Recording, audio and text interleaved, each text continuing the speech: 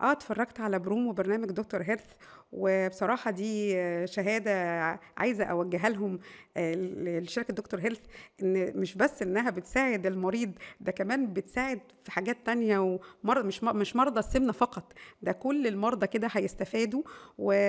وكان أنا يعني باشوف إنها حاجة مميزة جدًا ليهم برضه. برنامج دكتور هيلث لإن هو بيقدّم أطباء فعلًا في جميع التخصصات، وبيقدّم نصايح حقيقة مدروسة وعلى أساس علمي، هيخلّي المشاهد يرجع فعلًا عشان يستفيد من المعلومات دي، يتابع ويتفرّج ويستفيد. أنا لو جات لي الفرصة إن أنا أشارك في برنامج دكتور هيلث،